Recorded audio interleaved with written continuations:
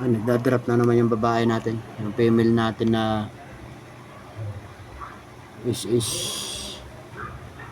YL. Ayan o.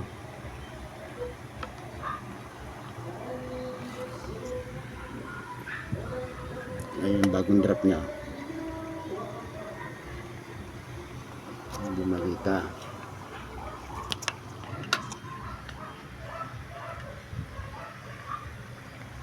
Yan, ang dami na dun sa gilid o.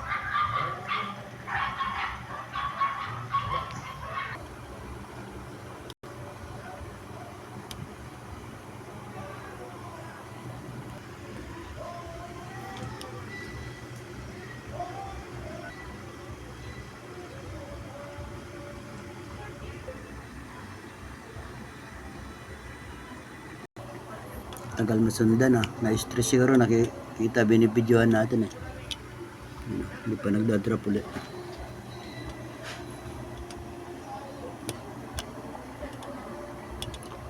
Abangan na lang natin. Ito sa kanya rin mga anak ko. Talagay niya yung pinakatatay nila. Yan. Ito yung mga naunang na anak niya.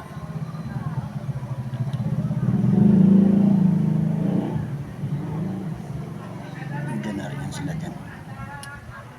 Iniwalay lang natin ng tangke. Bali tangke ng ano to? Ang hipon natin doon nilagay.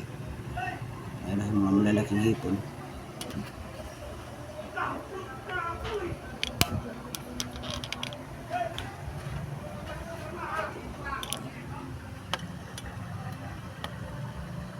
Hindi natin makita, sobrang liit pa ng mga anak.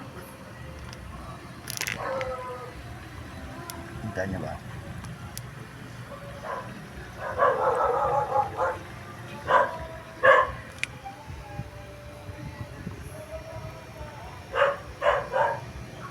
Nasilaw lang yung ilaw ng setup natin. Yan, kamote lang yan. Yan o. Ang ganda ng kulay. Kamote lang yan. Kamote. Tapos mayroon tayo dito sa isang tangke. Kamote din to. Ayan na.